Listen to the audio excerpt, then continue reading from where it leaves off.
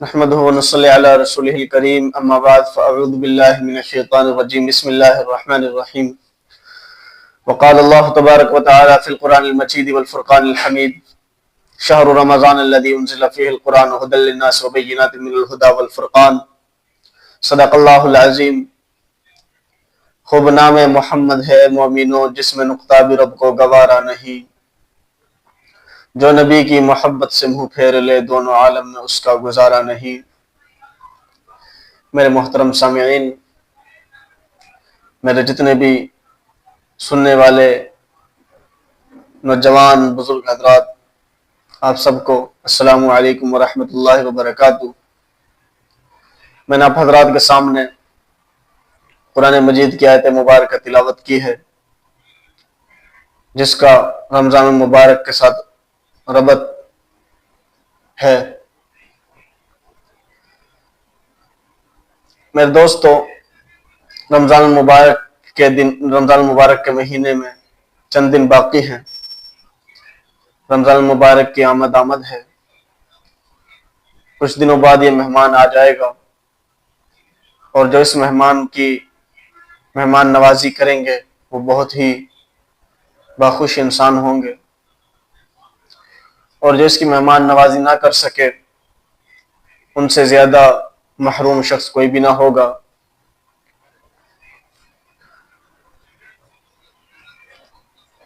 اور یہ ایسا مہینہ ہے جس کے لیے آقا مدنی صلی اللہ علیہ وسلم رجب سے ہی تیاری فرما دیا کرتے تھے، اور رجب کے مہینے میں دعا فرمایا کرتے تھے، اللہم بارک لنا فی رجب و شعبان وبلغنا رمضان۔ جب تک رمضان نہ آتا تب تک یہ دعا اللہ کے نبی صلی اللہ علیہ وسلم فرمایا کرتے تھے، اور اللہ تبارک و تعالیٰ کے محبوب کی ہر ادا، ہر قول، ہر فعل، تقریر تمام کی تمام ہمارے لیے حجت اور دلیل ہیں، اور ان پر عمل کرنا ہمارے لیے لازمی جز ہے۔ آقا مدنی صلی اللہ علیہ وسلم پر جو وحی حضرت جبرائیل علیہ السلام لے کر نازل ہوتے، تو انبیاء پر اس وحی کو پھیلانا، بتانا لازمی جز ہوا کرتا تھا، اور امت پر اس کی اتباع بھی لازمی ہوا کرتی ہے۔ تو رمضان، نماز، زکوٰۃ، حج، یہ تمام چیزیں ہمارے لیے لازمی ہیں۔ اگر ان کو ادا نہ کریں گے تو ہم کبیرہ کے مرتکب ہوں گے۔ اس لیے فرائض میں تو بالکل کوتاہیوں سے بچنا چاہیے، اور اللہ تبارک و تعالی نے قرآن مجید میں ارشاد فرمایا، شہر رمضان الذی انزل فیہ القرآن ھدی للناس وبینات من الھدی والفرقان۔ رمضان کا مہینہ جس میں نازل کیا گیا قرآن مجید کو، ھدی للناس، لوگوں کے لیے ہدایت ہے اور واضح نشانیاں ہیں ہدایت میں سے، اور حق و باطل کے درمیان، فرقان سے مراد جدا کرنے والی ہے، حق و باطل کے درمیان فرق کرنے والی، یعنی قرآن مجید۔ قرآن کا نام ذکر بھی آتا ہے قرآن مجید میں، اور کتاب بھی نام آتا ہے اس کا، اور اسی طرح ام الکتاب، اسی طرح فرقان بھی اس کا نام آتا ہے، تنزیل بھی آتا ہے، مختلف قسم کے قرآن مجید کے نام ہیں، لیکن سب سے مشہور نام یہی ہے، قرآن اور فرقان۔ تو رمضان میں چند دن باقی ہے۔ میں اللہ تبارک و تعالیٰ سے دعا کروں گا کہ اللہ رب العزت مجھے بھی اور آپ تمام حضرات کو رمضان المبارک کی صحیح طریقے سے مہمان نوازی کرنے کی توفیق عطا فرمائے، صحیح معنوں میں اس کا حق ادا کرنے کی توفیق عطا فرمائے۔ اللہ تعالیٰ اس کی مبارک گھڑیوں کو ہم سب کے لیے ذخیرہ نجات بنائے۔ میرے دوستو، رمضان یہ ایسا مہینہ ہے کہ جس کے لیے اولیاء اللہ، صحابہ کرام، رمضان کا مہینہ ختم ہوتا تو دوسرے مہینے کی تیاری فرما لیا کرتے تھے، دوسرے رمضان کی۔ اور اس کے لیے پہلے سے تیاری جو شخص کرتا ہے، پہلے سے تیار ہو جاتا ہے. جیسے مہمان آتے ہیں، کوئی خاص قسم کے مہمان ہوتے ہیں، ان کے لیے ہم بہت کچھ کرتے ہیں. بھئی گھر کو صاف ستھرا کرتے ہیں، ان کے لیے ڈش وغیرہ تیار کرتے ہیں. بھئی ان کے اس طریقے سے مہمان نوازی کرنی ہے، ان کو اس کمرے میں، خصوصی کمرے میں ان کو بٹھانا ہے، سلانا ہے اس جگہ پر، اور ان کے لیے خاص قسم کا ہم نے انتظام کیا ہوتا ہے. تو اسی طرح 12 مہینوں میں سے رمضان المبارک کا مہینہ سب سے خاص مہینہ ہے.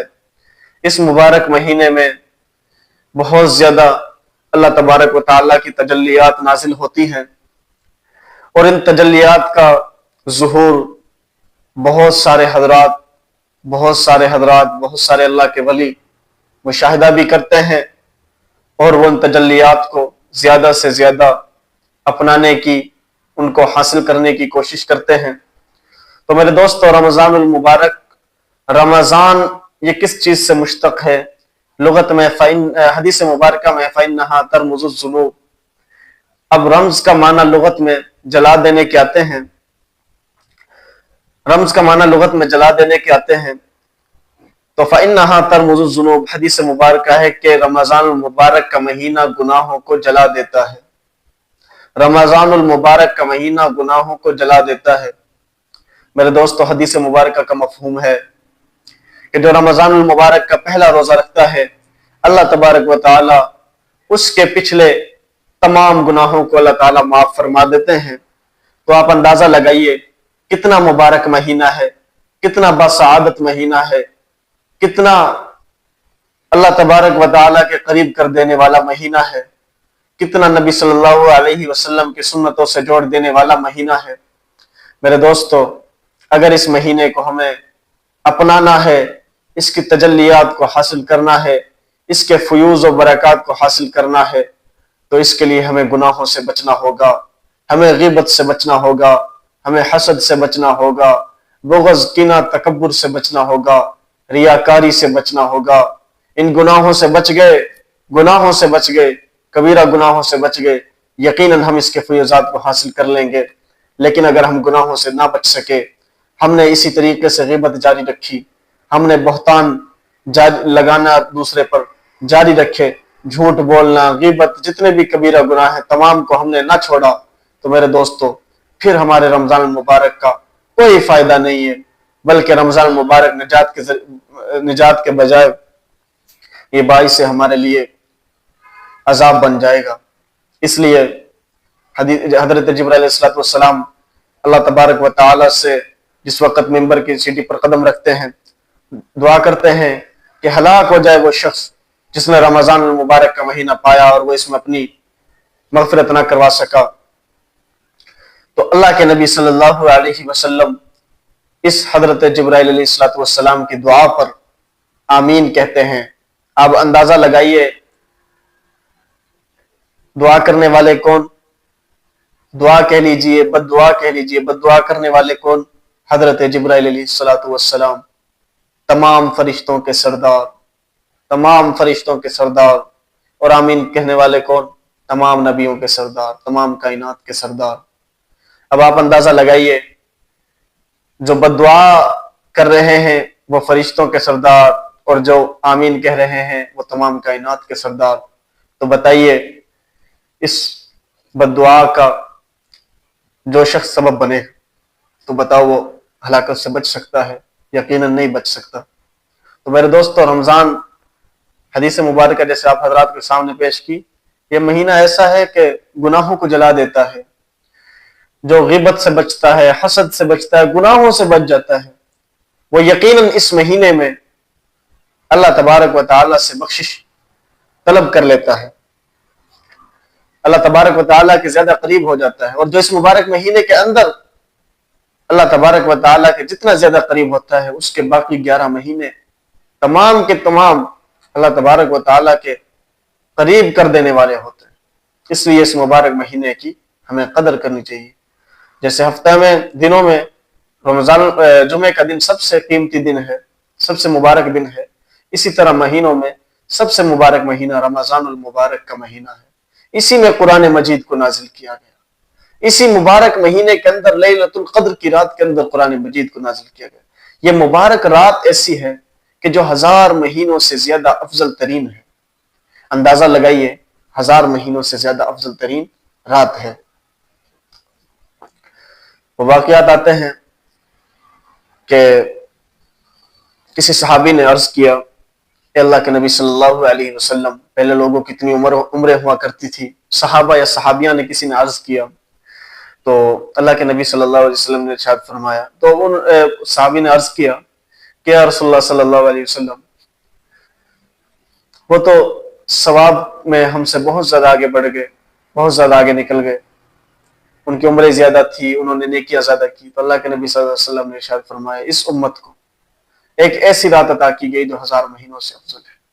ایسی رات عطا کی گئی جو 1000 مہینوں سے افضل ہے. اور اس امت کے لیے خاص چیزیں یہ ہیں کہ ان کو تھوڑے عمل پر زیادہ اجر دیا جاتا ہے. تھوڑے عمل پر زیادہ اجر دیا جاتا ہے. تو پہلی امتوں کے لیے یہ خاصیتیں نہیں تھی. یقیناً ان کی عمریں زیادہ تھی، لیکن ان کے لیے یہ جو امت محمدیہ پر انعام کیے گئے وہ ان کے پر نہ تھے. اس لیے میرے دوستو، زندگی تھوڑی ہے، پتہ نہیں کب اللہ رب العزت کے پاس چلے جانا ہے، کب اللہ تبارک و تعالیٰ کا بلاوا آ جائے، کب ہم اس دنیا سے چلے جائیں. اور دنیا تو ویسے بھی مسافر خانہ ہے. حدیث مبارکہ ہے دنیا سجن المؤمن و جنت الکافر. دنیا مومن کے لیے قید خانہ اور کافر کے لیے جنت ہے. یقیناً مومن کے لیے قید خانہ ہے، اور مومن کو یہ سمجھنا بھی چاہیے کہ دنیا مومن کے لیے قید خانہ ہے. مومن کے لیے یہ جائز نہیں کہ مومن دنیا میں عیاشیاں کرے. مومن کے لیے یہ جائز نہیں کہ دنیا میں اللہ تبارک و تعالیٰ کے احکامات سے ہٹ کر زندگی گزارے. یہ تو کافر کی خاصیتیں ہیں. وہ اللہ تبارک و تعالیٰ کے احکامات کی پیروی نہیں کرتا، وہ اللہ تبارک و تعالیٰ کے احکامات کے مطابق زندگی نہیں گزارتا. کافر کے لیے جنت اس لیے ہے کہ اس کو کسی قسم کا شریعت کا حق اس کو اوپر نہیں ہوتا اور وہ اپنی مرضی سے زندگی گزارتا ہے. جبکہ مومن جب مسلمان ہے، کلمہ پڑھا ہے، تو پھر اس کو شریعت مطہرہ کے مطابق زندگی گزارنی ہوگی. اگر نہیں گزارے گا تو وہ اپنے لیے ہلاکت کے اسباب اختیار کرتا ہے. تو میں اللہ تبارک و تعالیٰ سے دعا کرتا ہوں اللہ تعالیٰ ہمیں اپنے دین کے مطابق زندگی گزارنے کی توفیق عطا فرمائے. میرے دوستوں، میں نے آپ حضرات کے سامنے پہلے حدیث مبارکہ پیش کی. فَإِنَّهَا تَرْمُزُ الذُّنُوبَ. نبی اکرم صلی اللہ علیہ وسلم نے ارشاد فرمایا رمضان المبارک کا مہینہ جلا دینے والا مہینہ ہے، گناہوں کو ختم کر دینے والا مہینہ ہے، گناہوں کو جلا دینے والا مہینہ ہے. اور حدیث مبارکہ میں ہے جو شخص گناہوں سے اس مبارک مہینے میں نہیں بچتا، جھوٹ، غیبت، بہتان، حسد، کینہ، بغض، ان گناہوں سے نہیں بچ پاتا، تمام کبیرہ گناہوں کا ارتکاب کرتا رہتا ہے اور ان سے نہیں بچ پاتا، تو اللہ تبارک و تعالیٰ کو اس روزے دار کے روزے کی کوئی فکر نہیں. اگرچہ بھوکا رہے، چاہے پوری رات پورا دن بھوکا رہے، لیکن اللہ رب العزت کو فکر نہیں ہے. تو میرے دوستو، یہ خاص چیزیں ہیں جو ابھی سے ہم عہد کریں اس چیز کا کہ رمضان المبارک کے اندر ہم لڑائی جھگڑے، فتن و فساد سے، کبیرہ کے ارتکاب سے بچیں گے.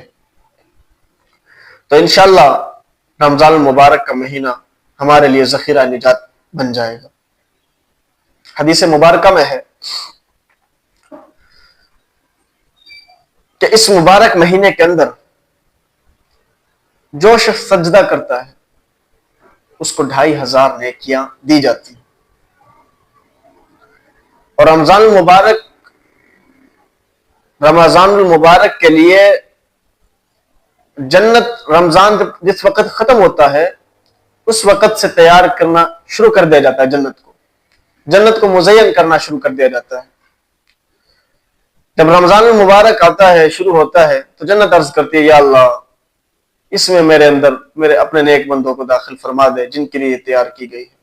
حوریں بھی عرض کرتی ہیں اور جو اللہ کے نیک بندے ہوتے ہیں، جو اللہ تعالیٰ کے دین کے مطابق زندگی گزارتے ہیں، رمضان المبارک کا خیال کرتے ہیں، اللہ تبارک و تعالیٰ رمضان المبارک میں ہر رات میں، ہر دن میں اس کی 100 حوروں سے شادی کرتے ہیں. جنت کے اندر 100 حوروں سے شادی کرواتے ہیں اور اس کے لیے ایسا محل تیار فرماتے ہیں. حدیث مبارکہ میں ہے کہ جو یاقوت، زمرد، سونے، چاندی سے بنا ہوا ہوتا ہے اور اس کے 60,000 دروازے ہوتے ہیں. اور وہ محل کتنا بڑا ہوتا ہے، اس کی